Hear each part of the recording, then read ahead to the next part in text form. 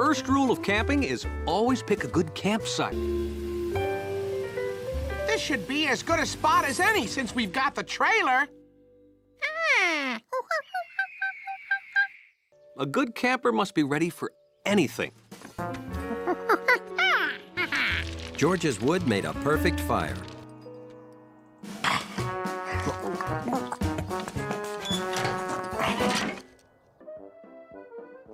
Hunley thought either someone just took his picture or that was lightning. But knowing that George had a hammer only made Hunley nervous. Hunley wondered if anyone ever vacuumed this place.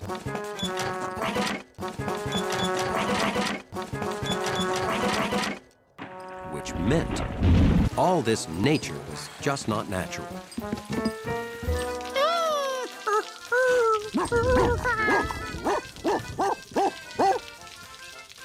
Whoops! Don't worry, we're protected in here.